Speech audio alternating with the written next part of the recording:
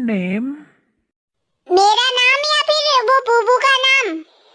मरीज का नाम, मरीज का नाम। मरीज नहीं है वो प्रेग्नेंट है, प्रेग्नेंट बुबू, मेरी बुबू, ये बगल में बुबू। इमरजेंसी है थोड़ी, वो उसको थोड़ी दिक्कत हो रही है ना, तो थोड़ा जल्दी पर्ची अच्छी काट दो। बुबू नाम है इसका और 25 साल की है बुबू।